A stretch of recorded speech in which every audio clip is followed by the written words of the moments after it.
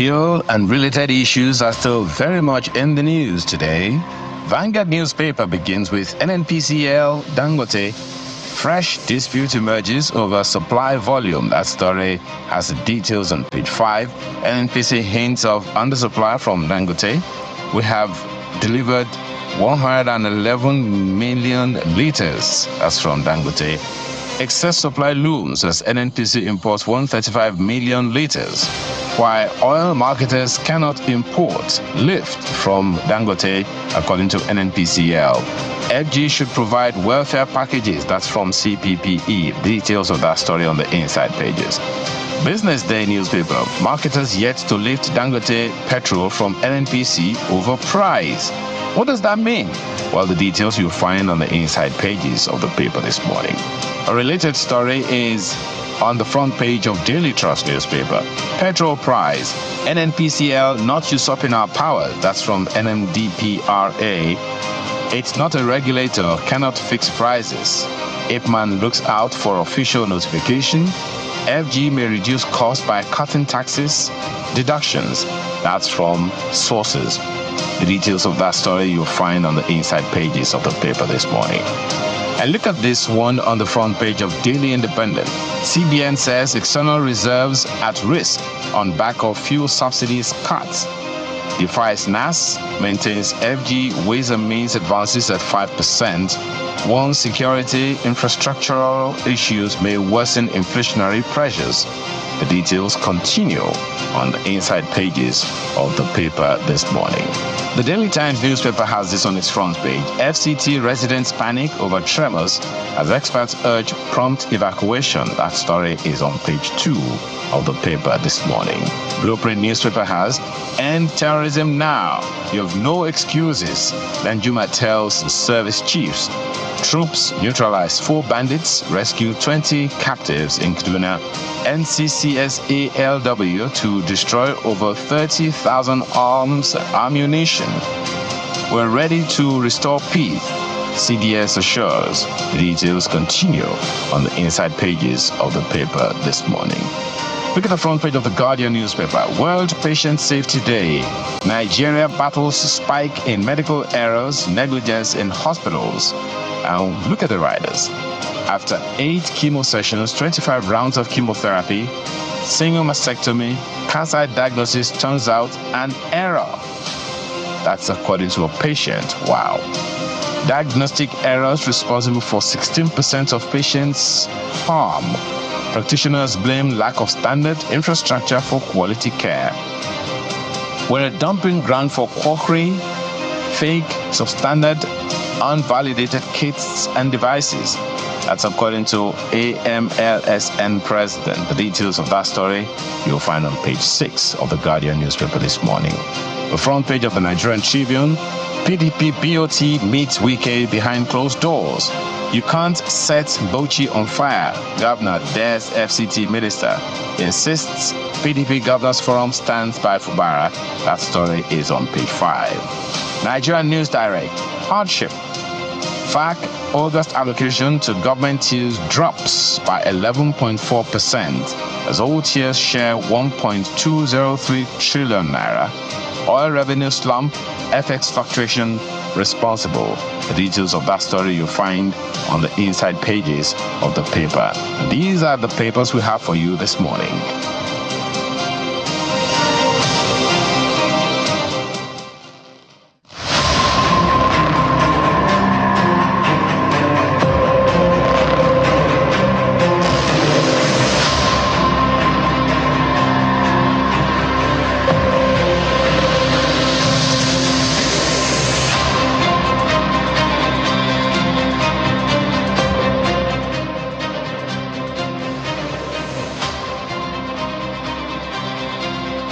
Let's start off with the Daily Trust newspaper. Quite a lot going on there. Quite a lot going on the pages of every newspaper in this country at this moment. But the Daily Trust is where I'll be starting from today. That flood alert that we talked about in the beginning part of the program is on page 3 of the Daily Trust newspaper. So you can actually go get that story on the federal government issuing flood alerts as Cameroon opens up Lagdo Dam. The education is also on the front page there. The federal government to split Unity colleges into basic secondary schools. And the Maiduguri flood also on the front page there. Dantata donates 1.5 billion naira.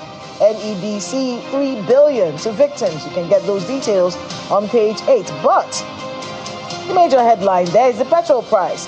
NNPCL is not usurping our powers, says the NMDPRA. Now, yesterday we had Mr. Laolu Akonde on the program, and he gave some really strong remarks to the NMDPRA about their roles as regulators and what they're doing in the wake of the situation we find ourselves in the oil sector, with especially when it comes to pricing.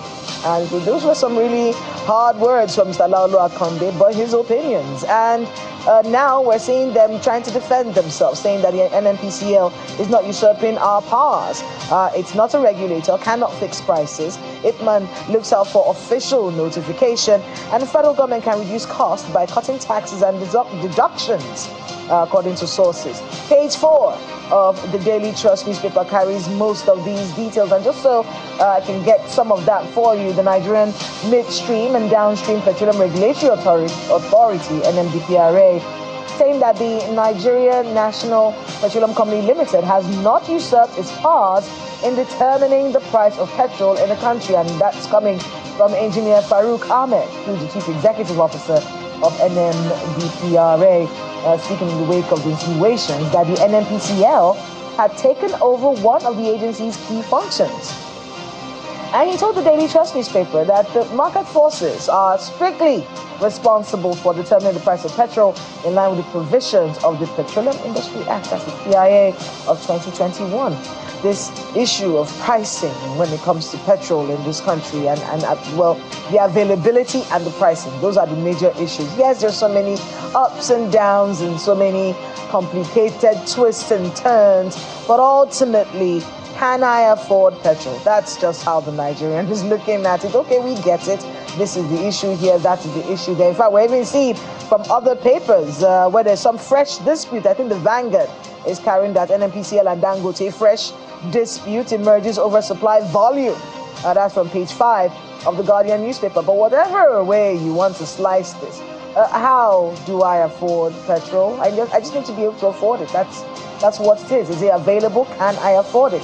What can be done to push the price down? I need to be able to move on with my life, because this sector has really made us feel like, there's a lot going on in here that needs clarification. It's too murky, it's too cloudy. There's a lot that needs to be laid bare. And as we heard from many people, including our guest yesterday, the president has to wield the big stick. He is the Minister of Petroleum. Okay, so that's an opportunity right there. How do we fix it? It's a legacy project. I keep talking about legacy projects, and that's because as a politician, as someone in government, you want to be able to do something that you would always be remembered for. How about the unbundling or the clarification of everything going on in NNPCL? That would be something that the Nigerian will be very grateful for. Let us understand this industry, find out if there are stakeholders or players, like we were told, who are trying to take advantage of the situation or who have created a chaos that they benefit from. We need to be able to get that clarification. And the president, it's your turn, sir. Ayo. Well, my take this morning, those are very valid comments that you have made, but I'm very particular about what's on the front page of the Guardian newspaper today. And it's talking about the World Patient Day, which was World Patient Safety Day, which was yesterday, by the way. And if you look at the one of the headlines, it says that patients, Nigeria battles spike in medical errors, negligence in hospitals. And one of the headlines there, Kayla, if you look at it well, you see it says, after 8 chemo sessions, 25 rounds of radiotherapy, single mastectomy, they eventually found out that the cancer diagnosis was an error. I don't know what to make of that. And as if that was not bad enough, if you look on the front page of that same paper, right under the story about, Mr. Wike, you'll find that the Lagos State government is also making a statement saying that there are misdiagnosis costs patients 40% more for healthcare. Now the question is, who is asking the questions? Who is paying attention to these things, especially at the time when we're talking about the high cost of living? We know that medications are expensive. Those who are, treating diabetes or hypertension now, they will tell you that things aren't so easy.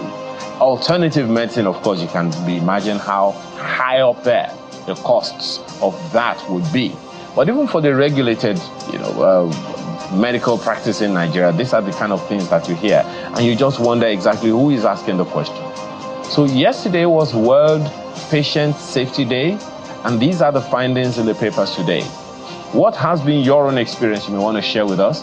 The email address and X handle will be on your screen shortly, and then let's see if we can give some attention to these and call out all the authorities, both at the federal level and at the state levels, so that the needful can be done to ensure that you don't waste money that you don't need to waste on medical care.